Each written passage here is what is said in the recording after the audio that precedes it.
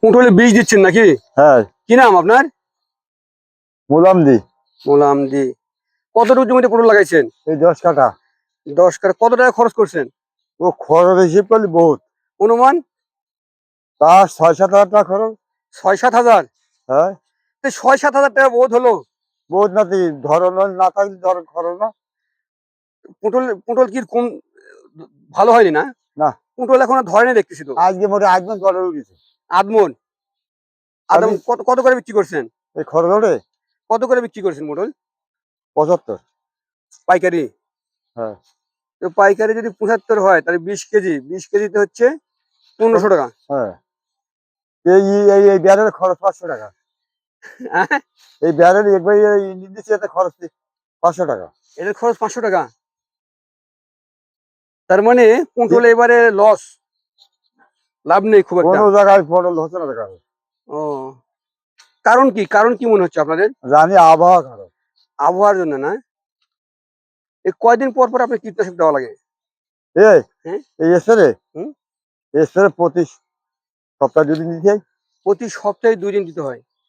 আচ্ছা, এই যে দেখতে পাচ্ছেন, এই যে মুরব্বির সাথে কথা বললাম, এই যে পটল গাছগুলোতে পোকা লেগেছে। কিন্তু দুর্ভাগ্যের বিষয় কি জানেন? আমাদের দেশের যে কৃষি অফিসগুলো আছে, ওনারা কখনোই মাঠে আসেন না। মাঠে না আসার দরুন কি হয়? কৃষকেরা কোন রোগের জন্য কি বিষ প্রয়োগ করবে সেটা জানতে পারেন না।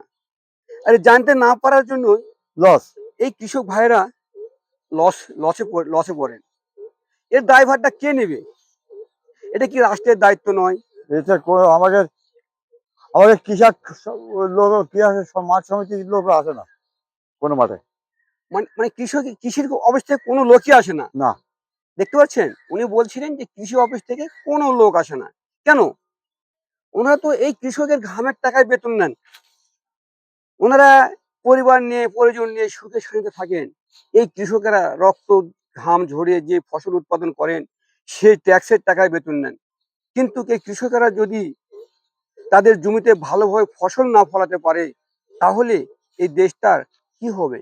এই দেশের মানুষ কিভাবে এগিয়ে যাবে? তাই আপনাদের কাছে আমার বিনীত অনুরোধ থাকবে, কৃষি অফিসে যারা কাজ করেন, যারা রাষ্ট্রীয় কোষাগার থেকে এই কৃষকদের টাকায় বেতন নেন, তারা অবশ্যই মাঠে আসবেন। কোন জমিতে, কোন রোগের জন্য তারা তো যুক্তি পরামর্শ দেবে, তা দেয় না তো, কিছু মাঠেই আসে না তার। মাঠে আসে না? দেখছেন, উনি আক্ষেপ করে বলছিলেন ওরা মাঠে আসে না। তো কৃষি অফিসের লোক যদি মাঠে আসে, কোন রোগের জন্য কি কীটনাশক প্রয়োগ করতে হবে সেটা যদি ওনারা এই কৃষক ভাইদেরকে একটু বলে দেন, তাহলে ওনারা হয়তো 2টা পয়সার লাভের মুখ দেখতে পারবেন। নয়তো এভাবেই আস্তে আস্তে লসের মুখ দেখতে দেখতে একসময় এই কৃষকেরা কৃষি কাজ করা বন্ধ করে দেবে। তখন কি হবে? তখন যারা আপনারা শহরের এসিতে বসে ঘুমান, কলম ঘোরান, তারা কি করবেন বলেন? দেশকে এগিয়ে নিতে হলে কৃষিতে বিপ্লব ঘটাতে হবে। আর কৃষিতে বিপ্লব ঘটাতে হলে এই যে কৃষক, এই কৃষকদের সঙ্গে থাকতে হবে। কি বলেন? হ্যাঁ, আমাদের তো দেখাশুনো করবে, বোঝায় কি লাগবে না লাগবে বোঝাতে সাজেশন দেবে। কিছু আসেও না, মানে বলেও না কিছু, কখনোই আসে না। কোনো সময়ের জন্য আসে না।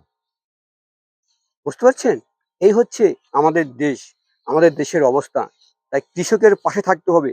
আর এই ভিডিওগুলো, এই ব্লগগুলো বেশি বেশি করে শেয়ারের মাধ্যমে ছড়িয়ে দিতে হবে, যাতে আমাদের দেশের যারা হর্তাকর্তা আছেন, যারা এই কৃষি মন্ত্রণালয়ে আছেন, তাদের নজরে আসে, তাদের দৃষ্টিতে আসে। তাদের দৃষ্টিতে যখন আসবে, তখন নিশ্চয় তারা এইসব কৃষি অফিসে চাপ প্রয়োগ করলে অবশ্যই কৃষি অফিসের লোকজন, মাঠ কর্মীরা মাঠে আসবেন, কৃষকদের পাশে থাকবেন। আর কৃষকদের পাশে থাকলেই কৃষি ভালো হবে। কৃষি ভালো হবে, কৃষিতে বিপ্লব হবে। কৃষিতে বিপ্লব হলেই আমাদের সোনার বাংলায় পরিণত হবে। তাই নাকি? হ্যাঁ। তো ভালো থাকবেন কাকা, হ্যাঁ? আসসালামু আলাইকুম। ওয়ালাইকুম আসসালাম।